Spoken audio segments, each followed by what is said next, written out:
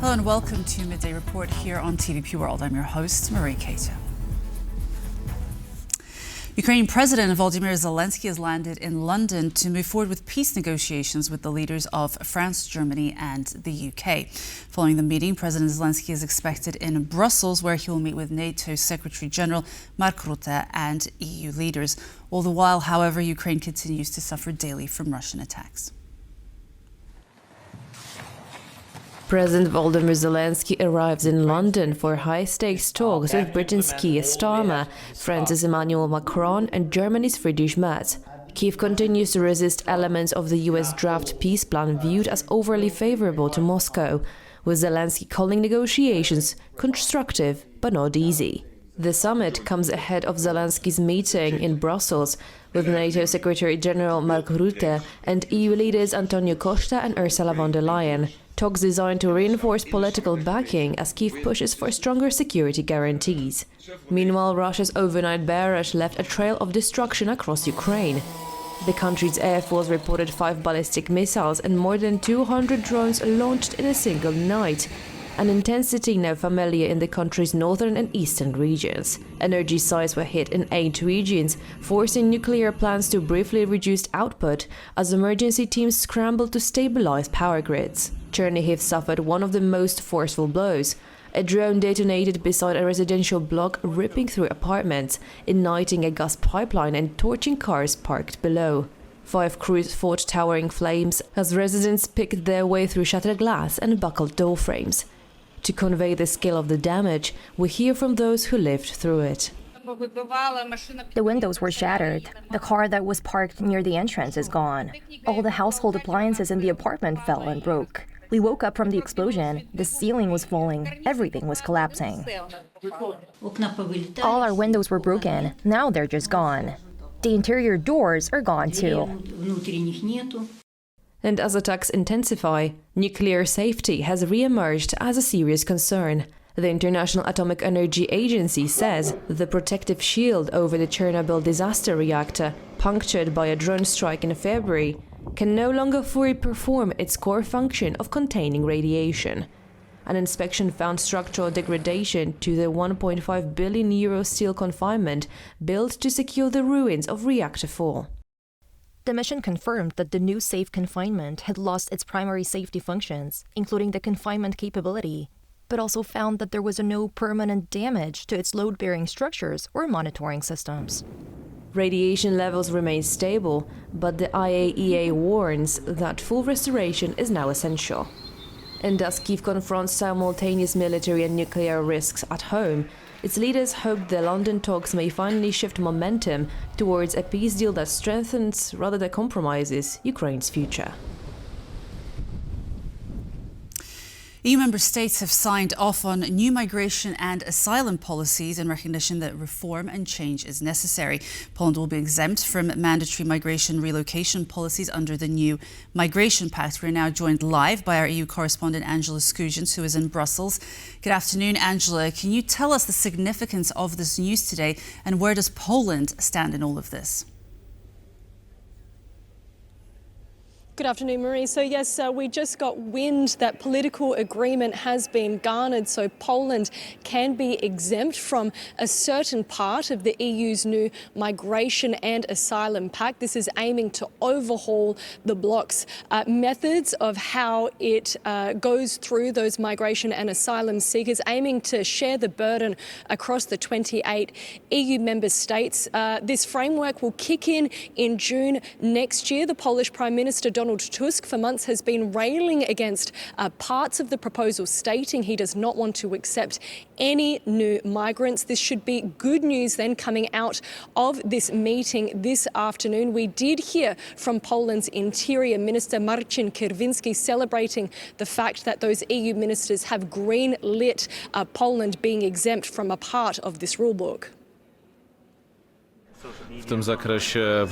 In this regard, it seems that we have achieved everything we wanted and announced. The discussion was heated because not all countries are satisfied with these solutions. The countries of the south are dissatisfied, but that only shows how successful we were in accomplishing our goals.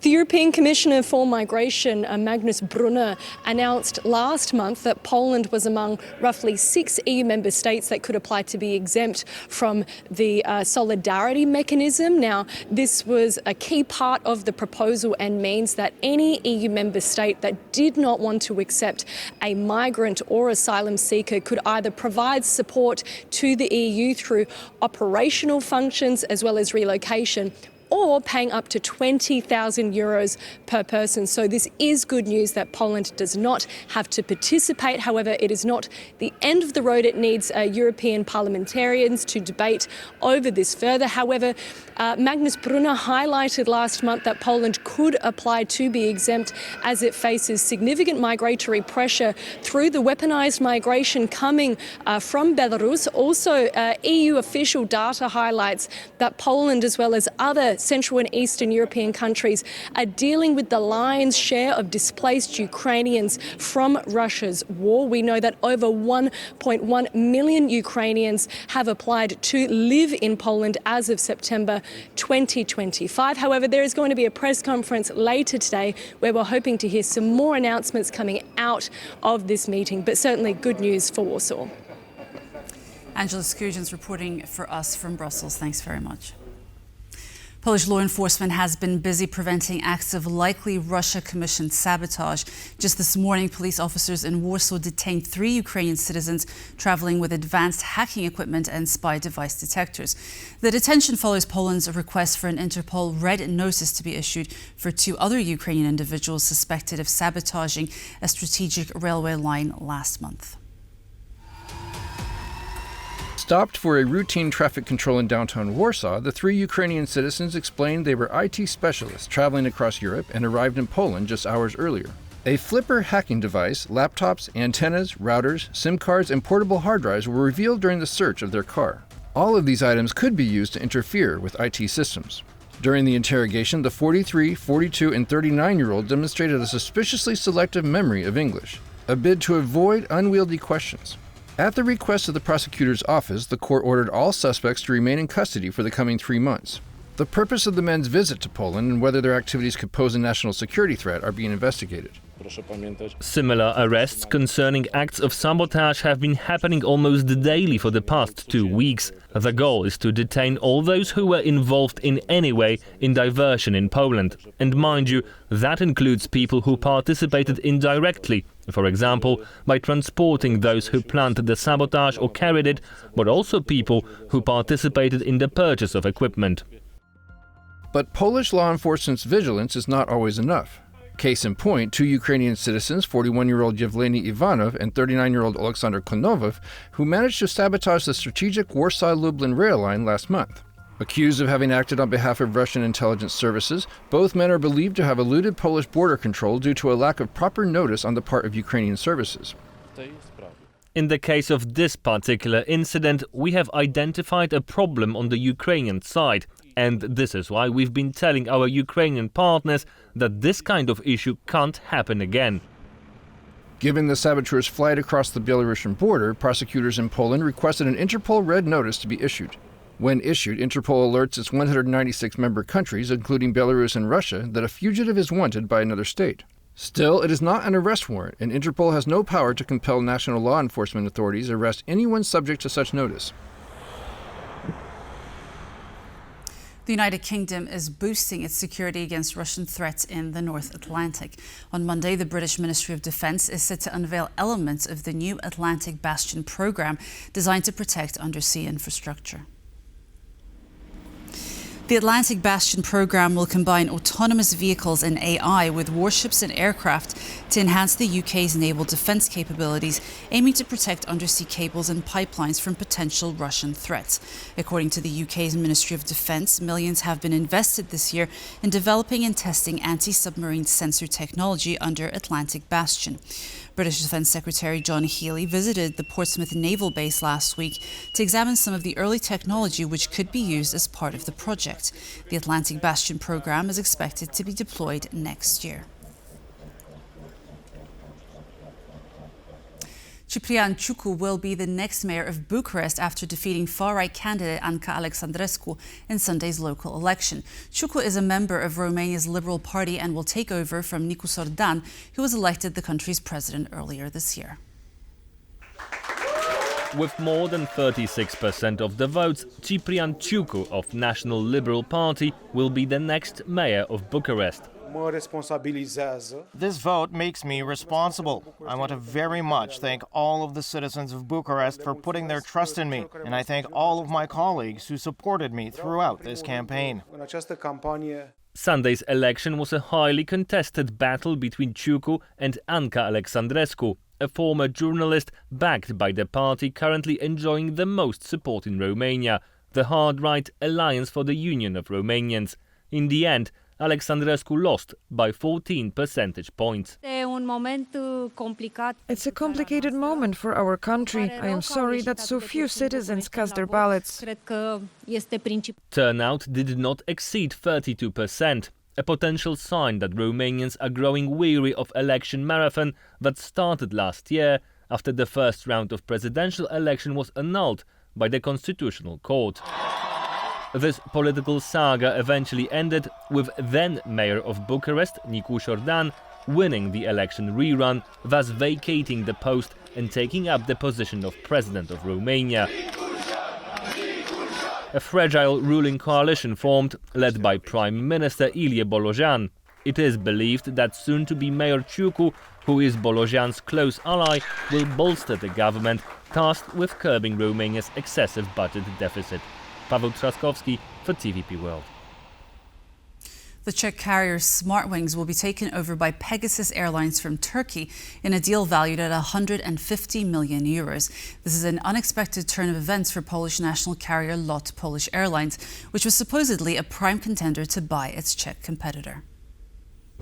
This is Smartwings, the biggest airline in the Czech Republic. If it gets all regulatory approvals, soon it will be acquired by Pegasus Airlines, a Turkish company. In a deal announced on Monday, Pegasus will pay €154 million for Czech Airlines, the parent company of Smartwings. The deal is a major setback for Polish national carrier LOT, which had been seen as a main contender for the takeover of the Czech competitor. From LOT's perspective, this should be looked at as a lost opportunity, as it is what giving LOT the opportunity to grow in a, let's say, leap style. Smartwings' numbers are actually quite similar to LOT's, with the company carrying 8.3 million passengers last year versus LOT's 10.7 million. The acquisition would also enable LOT to grow its fleet by half. Smartwings is operating the same type of aircraft as LOT, namely Boeing 737s, of which many of the most modern type 737 MAX. Also attractive from LOT's perspective, Airbus A220, which is the type of aircraft that LOT recently acquired. The Smartwings deal is actually LOT's second failed acquisition in recent years, with the previous being a bid for Germany's Condor line in 2020. Given that the company is looking for opportunities in Central and Eastern Europe, where does it still have room to maneuver? One could mention maybe Air Baltic, which is the big carrier, is operating in the same region, has the same type of aircraft like Airbus A220. Then we have smaller carriers in Southern Europe, like in Romania, in Serbia, in Croatia. Well, they are not that attractive because they are smaller. They have mixed different type of aircraft, older. They have some problems, financial problems. The deal still needs approval from the European Commission to enter into force. Polish swimmers won 8 medals during the European Championship that ended in Lublin on Sunday.